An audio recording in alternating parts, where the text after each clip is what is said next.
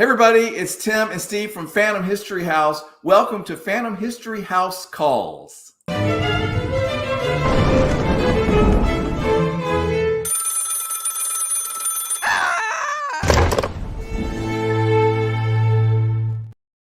Okay, everybody, so we are here at Phantom History House in the potion room. As you can see, all the potion bottles are behind us. This is one of our, probably our most photographed, one of our most interesting spaces here at Phantom History House in Tampa, Florida. And tonight, such a cool topic, such a great guest. Yes, as you know, we love all things creepy, yet comfortable, as we always say. But I love ghost stories, and we do joke that I'm creepy, he's comfortable. So I'm really excited that we have Dr. Brandy Stark with us tonight, who's going to talk about basically what it takes to become a paranormal investigator. And a lot of people are interested in this topic. Absolutely. Like, everybody thinks that the investigation stuff is very cool, but like you want to do it correctly. You want to know what you're doing. Anyway, so she's going to be, we're going to bring her in shortly and be very exciting. Well, and what's so cool about this is Dr. Stark started Spirits of St. Petersburg back in 1997, and it is the oldest ongoing paranormal investigation team here in the Bay Area. And I want to ask her about that. And years ago, I met her, and my best friend and I actually were not living in Tampa Bay at the time. We came up because I wanted to research some paranormal stuff because I was thinking about writing a book. So again, I was really interested in the paranormal creepy stuff for a long time. And Brandy was kind enough to invite us to one of their meetings. We went along on an investigation. I found it really informative. You know, eventually that book will get published, but there was a lot of really cool information there. But now, you know, it was kind of like my beginning of learning how all this works. So listen, everybody, we're going to be talking about how do you become a paranormal investigator. If you have questions, please type them into the comments and let us know where you're watching from. Okay, we're live on all the socials at one time, thanks to StreamYard. So we're going to bring Brandy in just a few minutes. Are we calling her Brandy or Dr. Stark? I don't want to say the wrong thing. We didn't ask her. I've always called her Brandy, so she can correct us. Well, we'll double check when she's nodding. When we bring her on, we'll double check. Okay, so first off, we want to tell you there's a lot of stuff going on. We are going to be live out in the world the next 2 weekends. We have a busy couple of weekends ahead of us. We are headed to Dunellen this Saturday to go to the Spirit Row Psychic Fair, where we are going to be having our own booth at the famous haunted train depot there. So listen, on Saturday from 10 to 4, if you're anywhere around the Dunellen area, come over and say hello. It's going to be a great event. Psychic mediums, vendors, and us. And us. So it's going to be a lot of fun, and it's our way of getting back out in the community. And Noreen, who we had on the show a couple weeks ago, is actually putting this together, an amazing psychic medium, angel card reader, and a good friend of ours. So we're really thrilled to be up there with her. Impressive woman. So check out her. If you go to our YouTube channel, you can find our past lives, house calls, and you can watch her interview as well. Absolutely. The next weekend, World Oddities Expo. Yes, we are going to be quite the event. It's not a truck rally. We are going to be at the Tampa Bay Convention Center in downtown Tampa, and that runs from noon until 8. Or if you get a VIP ticket, you can come in at 11. And we're going to have a booth there as well. We're going to display our new banner. We're going to have a bunch of flyers and introduce a lot of people to our podcast as well as Phantom History. So that's just going to be a cool thing to attend. I mean, there's going to be all kinds of vendors. There's tattooing. There's entertainment. There's shows and stuff. All kinds of stuff. And we will be there. So we hope that you will come to that event also and see us out and about in the world. Absolutely. And we're also excited. Other things going on is we have our first Get Ready wedding event where someone's having a wedding and they booked the house to have all their bridesmaids and groups and everybody come here, get ready, take photographs before the wedding. Super excited about that. Lots of good stuff going on. Absolutely. We're going to be busy, and we're really happy that our second year is off to such a great start. Okay, so everybody's ready now to talk about paranormal investigations. Absolutely. Let's bring Brandy on. Okay, she's here, everybody. There she is. Dr. Brandy Stark. Hey, thanks for joining us. Thank you for asking. We love having you here, and I've been so interested in reaching out to you for so long to talk to you about your experience, of course, about paranormal investigations, all that good stuff. But before we hop into that, tell us a little bit about your background, because I know you do more than what's in the paranormal world. You have like 17 degrees or something. It's so impressive. Oh, thanks. Well, I'm a glutton for punishment, I guess. But excuse me, my goodness. Right before this, we actually are getting ready to do a ghost tour of Roser Park this weekend. So right before I got home to do your interview, I was walking the route with my tour guide. So I'm like, whoo, wind blown, but it was, very energetic. It was great. So back in the day, actually, when you met me, I think I still just had one graduate degree in religious studies. So my background has been academic for the most part. So I started off with history and classics, religious studies. I ended up with a doctorate in leadership, of all weird things, but I was afraid that the liberal arts weren't going to hire me full time. Moved on to humanities and liberal studies, and I have just had this love for the ancient world. And this all kind of started because of the ghost stuff. I would read books on hauntings, and I'm old enough, I'm sad to say, I'm a Gen Xer, but I remember when all of the books had everything all mushed together. So you had aliens, dream work, ESP, Bigfoot, Loch Ness Monster, ghost stories. So I used to read these books when I was young, and then I'd be terrified, particularly of the ghosts. I didn't want to see one. But when I got into college, I learned that the intellect actually helps to kind of control that emotive element. And I got away with it because I could say that ghosts reflect cultural questions or fears. So every paper I ever wrote, I had to explain that ghost is a liminal state being that was once, and you're like, oh, but, you got to do that justification. Right. And it's been really fun. I started collecting stories and local lore and legends. There was a book that came out called Tampa Bay Triangle, and that just really accelerated because we finally had something on this area. And it accelerated my interest. I ended up doing some talks. And I started doing investigations by myself, which it does turn out you're not supposed to do, partly because of safety.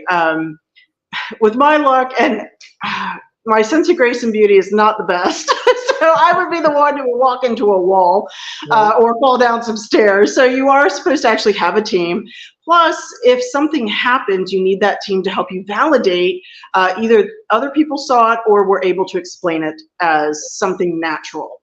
And I did a few years by myself and then ended up getting some retired engineers who were house inspectors at that time. I was still very poor as a graduate student, but they had the equipment and I had the knowledge. I did get some tutoring from some of the 1970s and 80s ghost hunters that were out there. And I remember getting my very first EMF meter. As weird as that may sound, it was a ELF meter, a low frequency meter. And I think it was $12, and I had to order it online, and that's when the internet was first showing up. So it was really weird, and I was so excited because, again, I thought, let's go see what's haunted, because the house I was in at that time, somebody I knew had committed suicide in the garage many years ago in the 70s. But sadly enough, the only thing that my little EMF meter picked up was the air conditioning and the garage door opener and the refrigerator. It was very sad. Right. But we did start doing investigations, and it really blossomed since then. And it's really good when you have a good team because they help me do the research. So I have one person who has studied SLS extensively, so the SLS systems, and she knows how to use them. And, I have another member, we actually have started experimenting with a theremin, which, my golly, it goes off by itself. It's really cool. And even really basic things like cat toys, right? The light up cat toys, which, we actually got a response. But, I can focus on my EMF meters. I'm very sad to say I'm an EMF meter junkie. So I've got like 5 or 6 different brands. Wow. I never thought I'd be saying that as a child. But, well, I'm sure that since you started, you've seen a lot of this technology kind of change and evolve. I mean, I'm also Gen X, so I'm right there with you. But yeah, I mean, like the EMF meters themselves have improved, but I know there's all this other gadgetry now too. My preference is still the old-fashioned tri-field meter because to me that was the most sensitive. It's also a really tough meter because I tend to, I'm holding a bunch of equipment. When you teach, you're kind of your own classroom as well. I'm a college professor. I'm part-time these days, but so you're carrying your classroom with you and you're carrying everything with you, and I'm used to that. But on the investigations, there are times where I will become a bumblefingers, and this poor thing will hit the ground. We call it calibration. But the tri-field to me are the toughest. They really take a hit, and they do well. And they're very easy to see. They're very visual. But I have been playing with some of the light up meters, which are really great because you can set them across the room and you can see them going off very, very clearly. But it's been interesting. And then I ended up, believe it or not, in a haunted art studio, because when I'm not teaching, I'm not doing paranormal investigation, I decided to go for that career path of being a local artist. And so I've been very lucky actually in my life, because these are my loves, and I have been doing them consistently since the mid-90s. So I do hand-wrapped wire metal sculpture and upcycle. I do some photography, some mixed media. But I ended up, and I never thought I was going to be there, but in 2013, we got called out to do an investigation at a place called Art Lofts, which a lot of people don't know about in St. Pete, but it's the longest running artist studio in the St. Pete area from 1996 on. And we did this little investigation. We found a few little odds and ends, nothing horrible. And by golly, 5 years later, when I wasn't looking, I had a piece that was juried into Florida Craft Art, which is the landlord of the Art Loft Group. It's 18 artist studios upstairs. And they had a studio open. I was like, I don't want a studio. I've got enough to do.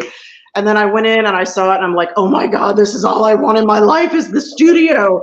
They made me wait 2 weeks, but I got it. They actually had a waiting list. And it was bigger than most people wanted. It was a big studio. I was fortunate that the Art Loft artists liked me well enough that a married couple traded with me. So I had a slightly smaller space now, but because that was a huge space to fill by yourself. I'm sure, yeah. Right. And I like that it has its own creepy history to it as well, which of course ties into what you love, because I know you said that it, she may have paused. She has told me before that it has its own paranormal elements to it. And the goal is hopefully that after we can actually talk about that for an episode of Phantom History. Oh, she's back. Yeah, it's very cool. That's really, I mean. So I'm so sorry. It's just on top of everything else right now, I am a parental caretaker. So welcome to being a Gen Xer when your parents get older. I'm an only child. I have no siblings. I didn't marry, no kids. So my mother unfortunately has some memory issues, and she completely forgot. I'm like, I'm trying to hang up, and I'm like, I'll call you back later. So I'm sorry about that. Bless your heart. She and it's so funny because she's a skeptic. She has 2 graduate degrees of her own, and she had her first one in psychology, and she's a skeptic. And so it took like 20 years for me to actually convince her that, what I was doing was something that we are getting contact from. And even now she's like, oh, sure. I'm like, look, lady, it's true. And one of these days, you and I will have this communication. It's going to happen. That's awesome. Just keep it up. But she is funny, and she's actually told me she'll be my guardian angel someday. And I'm like, oh, good. Aw. Hey, listen, everybody, we're talking to Dr. Brandy. It's okay. It's been that kind of day. Stark, about how to become a paranormal investigator. And listen, she has something very concrete to help you with that. We're going to talk about that in just a second. I just want to make sure everybody knew. And listen, thanks. My cousin Kelly is watching from Virginia. So, and if you're watching, type in, let us know where you're welcome, and type in questions. Yeah, we have a real ringer here, everybody. Dr. Stark is here, and she's brilliant. So to that point, paranormal investigative shows are all over the place. The Travel Channel has turned into a paranormal investigative channel. Some may be accurate, likely, probably not. But you have actually started a course for people to kind of learn how to be a paranormal investigator. So how did that come about? And how does, obviously you have to be interested in the paranormal to want to pursue this, but how does somebody become an investigator? So this is the issue with the field. First of all, as an academic, I had a very, very careful line I had to toe, because when I first started out, this was not a big thing, and I started doing investigations, and I got hired to teach in the college level in the year 2000. So before the Ghost Hunter shows came out, And I still remember at that time I was teaching a lot of religion classes, world religions and, ancient, modern, blah, blah. And I still remember having a student come up to me after class one day and say, I know what religion you are, because I really worked very hard to be very neutral.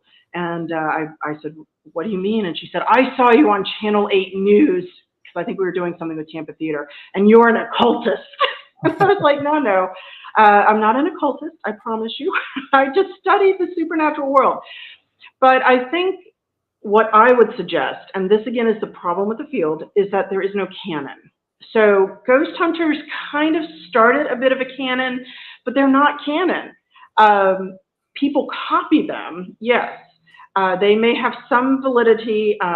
Scientific America liked them well enough back in the day, but there is no real trade unity other than, for the most part, not charging people for investigation. So you have teams that, this works very much like religion, that they run the gambit from belief, spiritualistic belief, if you will, to hardcore skeptic.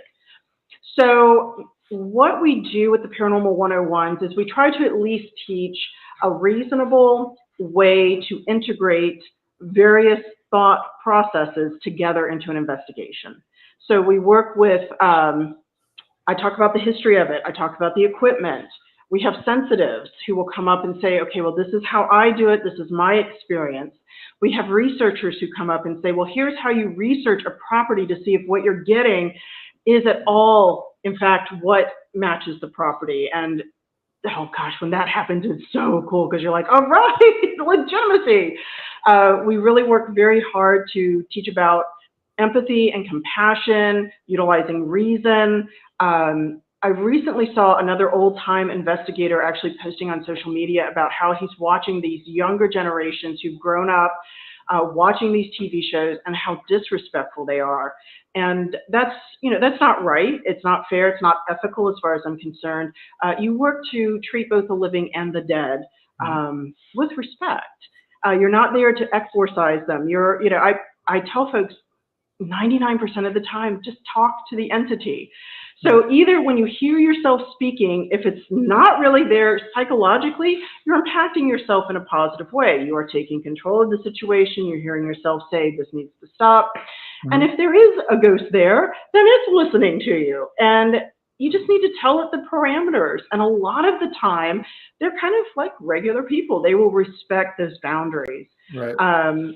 So we really try to work as mediators, trying to find out who the ghost is, why they're there, what message they want to pass on, and maybe kind of work as in a mediating role between the homeowner and the potential ghost. And I think that's kind of important. It's a little bit of a different tactic. I have seen a lot of very glorified, very negative. There's a term that came up that it breaks my heart, but I have seen people who actually say, I want to be a paracelebrity. And I'm thinking, really? You're going to be volunteering to do this. And that's how it works. I mean, the only money that we really get from this is when I do a haunted history tour, and I do some of those for the History Museum, and I do walking tours. But I do them in part because it also teaches folks about St. Petersburg, and nobody knows about us. They don't know about the rivalry, because St. Pete is awesome, between St. Pete and Tampa. Right. But that's okay. We'll forgive you for being over in Tampa. We're going to say you're a cool spot over there. But we talk about the connection and the humanness and the experience. So over time, I did have several folks who have suggested, well, let's try to do a Paranormal 101 for the basics, a Paranormal 201 where, for example, they can investigate art lofts with us. I am very protective of my little ghosts at art lofts, just so you know, but they're usually pretty responsive, but we try not to overuse them, because that is something I'm seeing. We did the May Stringer house, and those entities were tired. They were so tired, and I don't want that happening to my ghosts. So there's investigations there all the time at the May Stringer. Oh my God! This was the weirdest thing I have ever experienced. My thought was that they were going to start creating kind of like false ghosts. That all of this overbelief. In Buddhism, there's something called a tulpa, right? This entity that is created. And I really thought that's what was going to happen. But what we actually found is we had 5 different types of internet-capable devices with different services. We had wireless there. None of them worked, not a single one. And I do have one very strong sensitive who's there. And she said, these ghosts don't want to communicate. They are so tired of everything. They want to talk about something else. And it was really, I was very surprised. But they are doing this all the time. So, and I understand, I completely understand. Because again, we're not very good with our history and our historic sites, and fundraising is difficult. But, you know, we do try to at least, you know, the entities have free will, the ghosts have free will. So when you do Paranormal 201, you know, if you guys would like to interact, you are welcome to. These folks are here to see you, but we're not going to say, you know, if you don't interact, we're going to fill in the blank. Yeah. And then we're going to look at, that work. That's it, you know, and then we're going to offer a 301, which is evidence review and research. So we've kind of broken it down so that people can kind of see really in depth how this works. And, you know, folks are welcome to take what they want to take, but we kind of teach the triage method, which is we go through a location, it's a silent walkthrough. People write down their notes, we come back together, folks talk about what was active and what wasn't, and we kind of triage. And so those are the areas that we go to, really focusing with equipment and communication. And then we just had a case, and I still love this, where it was in Rosa Park, which is a beautiful old neighborhood here. And this fellow he's a bachelor, he has a cat, but he keeps hearing footsteps in his house. And his house is small, it is so adorable. It's a 1925 house. I would die to live there, but maybe that's what I'll have to do. The rate things are accelerating in price out here. But we actually, I had a researcher who started looking into the property, and we actually did discover that there was a person who was they got into an argument with the neighbor. This guy was beaten up. He was comatose when he was taken to a hospital, and he died 10 days later. But all of the beating happened actually on the property, and we think that is the individual that is currently there. But when you actually find that, and you've got these articles, and you're just like, oh my gosh, and then we can do rechecks and say, are you this individual? Is this what happened to you? Is this why you're here? Is there something we can do to help you? And I love that you talk about the history so much, because I mean, we're Phantom History House. The podcast is Phantom History. I always joke with everybody that if something's going to haunt me, I want to know who or what it was, you know, when it was around. And that's such a great way to learn about a city when you visit, is to do a ghost tour. We do that all the time when we travel. And that's why I do the ghost tours. And part of the reason why I try to do them through the History Museum as well, because of the legitimacy for one. But, you know, it's neat because my studio is in a building from 1916. And I can tell you that it was Rutland's department store for 70 years. And then it was, you know, and you kind of, you know, you get to know the history and the character. And what I'm seeing right now, which is just, you know, killing little pieces of my soul at a time, is the destruction of our local history. So everything's coming down for condos. And, you know, I keep wondering what is going to happen to my ghosts. And that is what I do wonder a lot. It has been something on my mind for a while, because we just found out 2 more haunted structures. They're about to come down here, and they are from the 1920s as well. And I'm thinking, okay, I mean, you know, what are you doing? And it's sad, because there's so many folks that are like, we need the space, we need housing. And I'm like, no, we need to decrease the cost of housing so more people can afford the houses we have. But we've got to keep our history somehow. And I think that's what a lot of people forget, you know, especially when they're new to Florida, is they think, you know, theme parks and beaches, and they don't know about any of the other stuff that was here first. Oh, heavens, Florida's always been crazy. It has, still is, always will be. I'm interested, when you go in to investigate somewhere, or maybe this is discussed in your course, I've heard some paranormal investors say they go in with a plan to debunk whatever they found in order to determine what is real and what isn't. What do you think about that approach? I actually think that is a good idea. What we try to do is come in with a completely neutral mind. It's why for many years I have mixed in non-haunted houses. We've put out a call for properties that do not appear to be haunted whatsoever, to mix in there so that folks don't have this pre-existing expectation that every time we go out, there's going to be a haunting. Right. We do try to debunk, and oh my gosh, there are times where you think you've got something on video and you're like, oh my gosh, look at this. And I literally have a person who will go frame by frame. She's our tech wizard. Her name is Viva, and God bless her for all of the work she does. But she will literally, frame by frame, and people have sent us a lot of videos as well, and we've been able to actually say, well, a couple of folks have been trying to trick us. I mean, quite literally trick us, and she's actually been able to track that down.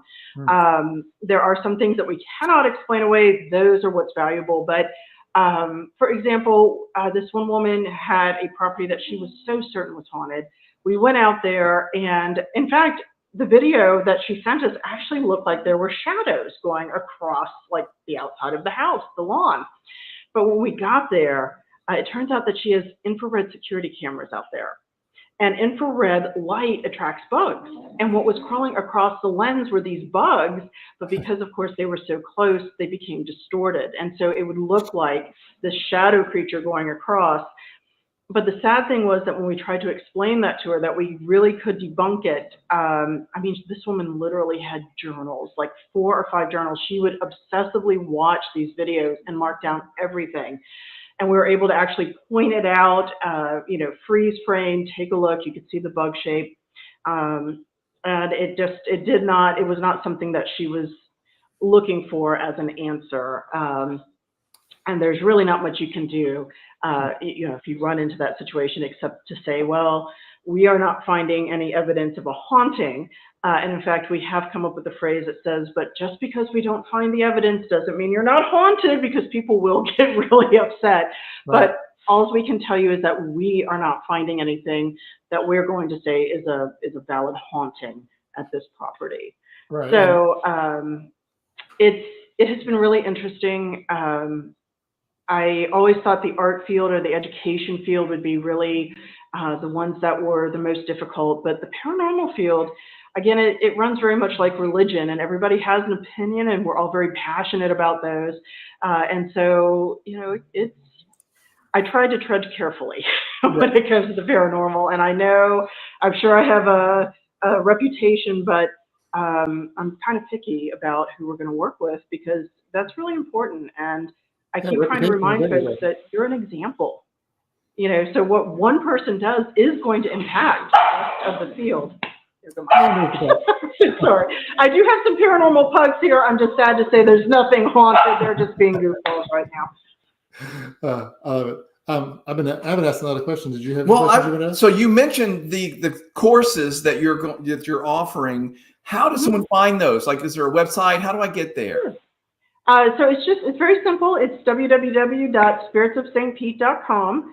And we have actually, this took us a little while to get going, but, and I will say this for Viva as well, she is so patient, and she just keeps trying until she gets it. And I completely admire her for that, because my little Gemini mindset is like, and off we go to something else.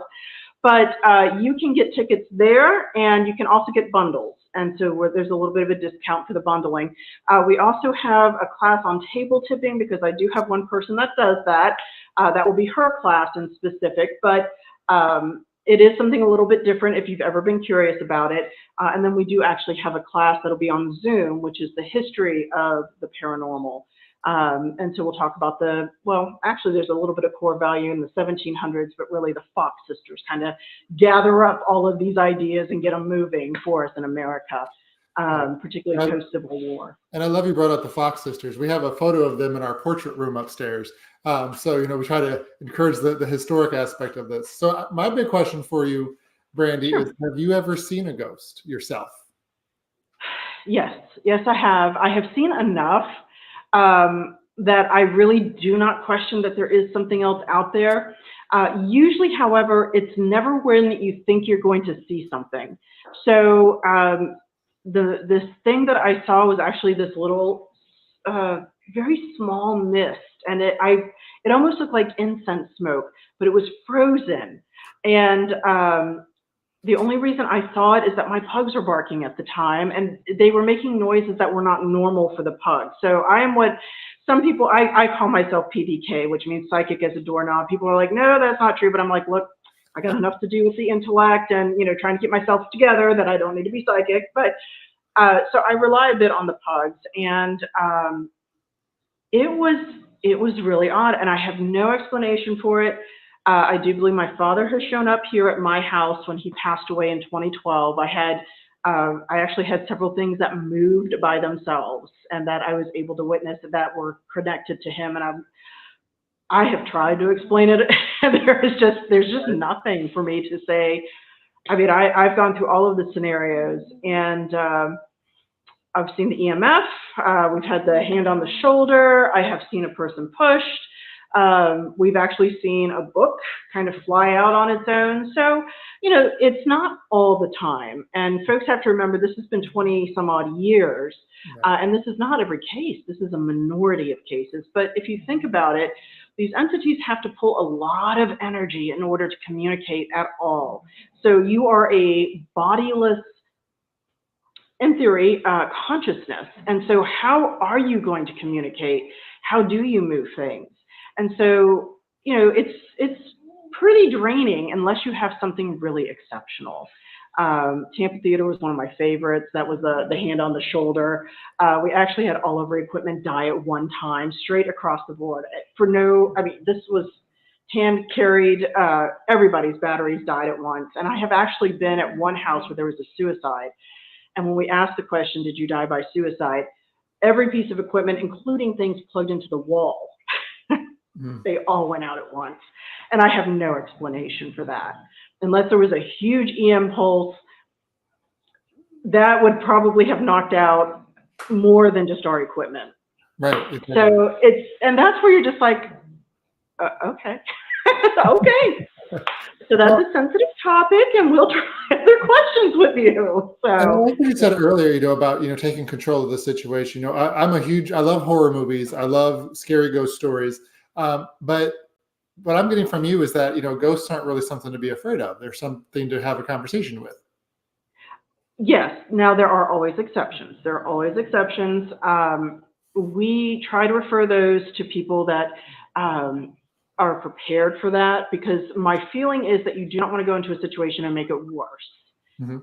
But for the most part, what folks don't understand is that ghosts are sometimes just very angry. Did I lose you? There we go. They can be very frustrated or upset, and that can come through. That's what you're picking up. It's not that they're mad at you, they're just very frustrated. So we try to be very careful about trying to vet those cases, but I have found person after person after person that says, and I tell them, after an investigation, things are going to be very quiet for a while. Just understand that we are not exorcising anybody, but that they're going to be it's kind of like when you're a little kid and the teacher says, who knows the answer to this? And you go, me, and you get to put that answer out. And then you're like, and that's, I think, what happens with these ghosts. They're kind of like, okay, I got my message across. Plus, it's really intense for them. Yeah. And so it's kind of like, if you're an introvert at a concert and you just kind of lose all of this energy, you have to recover it a little bit. And that's what I think we're looking at. And that's amazing advice to look at them like that, because I've always been told, recently I've been told, what you are in this life is kind of what you are in the next life. You kind of carry that personality. You're always moving. Like they would be living beings. Before we let you go, I wanted to ask you if one, when do the classes start that you're talking about? And two, if somebody wants to join Spirits of St. Pete or, go along on an investigation, is that all through the website? Yes. So the classes are March, April, and May. And then we have, we do actually have a couple of public events that we're doing. So when I do the haunted tours, I try to make them a little bit interactive, where people can have just a taste of paranormal investigation. Here is an EMF meter. Here's a quote unquote paranormal trigger, terrible term. But, here, try to use your senses and see what you're picking up. We will be doing the World's Largest Ghost Hunt again this year. This will be our 7th year, I think, and it'll be at the History Museum again. And that is, again, for public participation. And we kind of try to look for outreach events where we can. So almost everything we do should be on the Spirit site. We do have a Facebook page that we try to keep up with, but those are our primary outreaches.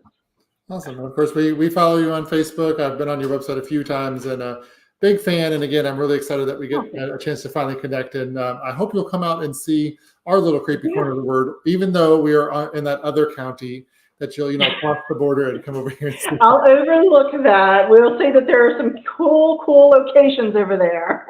But I would love to. I had a friend who stayed there, Lynette Hanson, I think. And she just had a great time. And so that kind of piqued my interest, and I'm hoping that we can get out there too. I think it'd be a lot of fun. Well, we definitely want you to come be our guest and see the place, and we will definitely talk to you about that. I want to say, Brandy, one of the things that most impressed me that you said tonight was the idea of treating these spirits, these entities, with a lot of respect. I feel like that's my concern. I'm the comfort guy on the creepy and comfortable. And so I'm always worried about taking care of people, making sure they're comfortable, that they're happy. And it does bother me sometimes to see people being very aggressive or dismissive or not respectful, I guess. So I like that you mentioned that. I appreciate you saying it. Well, the thing is that it's amazing when you study history, because when humankind gets together, this is when we start seeing kind of the formation of religion. And every single religion out there says, treat others as you want to be treated, or some variation of that. And I think that is a very valid point. And I do not think it matters if you have a body or you don't, if you're a human, if you're an animal, if you're a plant. There is nothing wrong with being kind. And so I try very hard.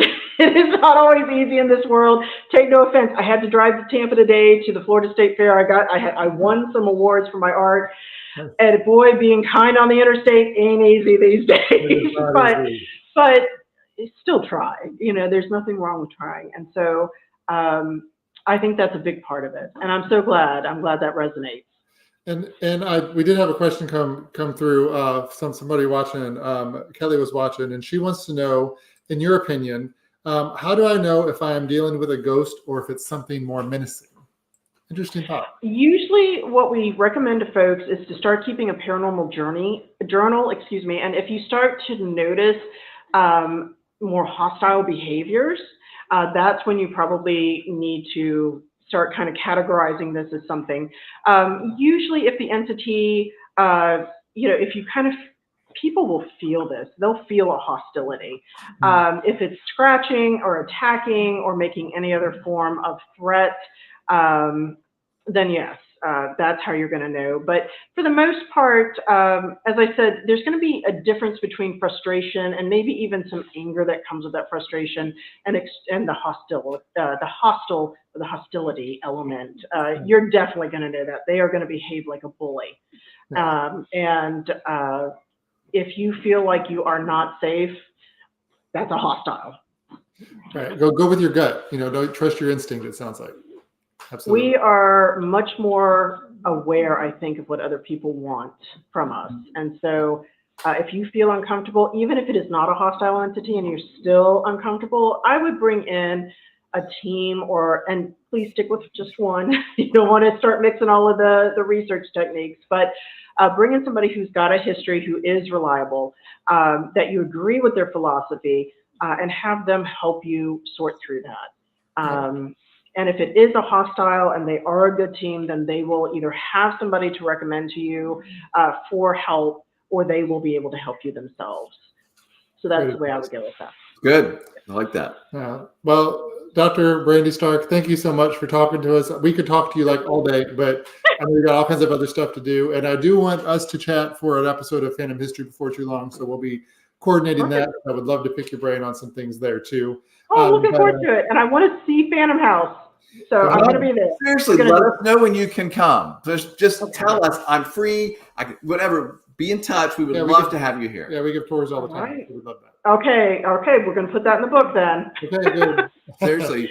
Listen, everybody, thank you so much for watching. This is Tim and Steve from Phantom History House here in the Potion Room. talking to Dr. Brandy Stark. You were just absolutely wonderful. I was interested and encapsulated the entire time. Yeah, we got the best of the best here, and I was so excited again that we were able to reconnect. So not just blowing smoke or ghost smoke, but every Halloween you're in every publication, you're on every news channel, so you're definitely the go-to expert. So thanks for making time for us.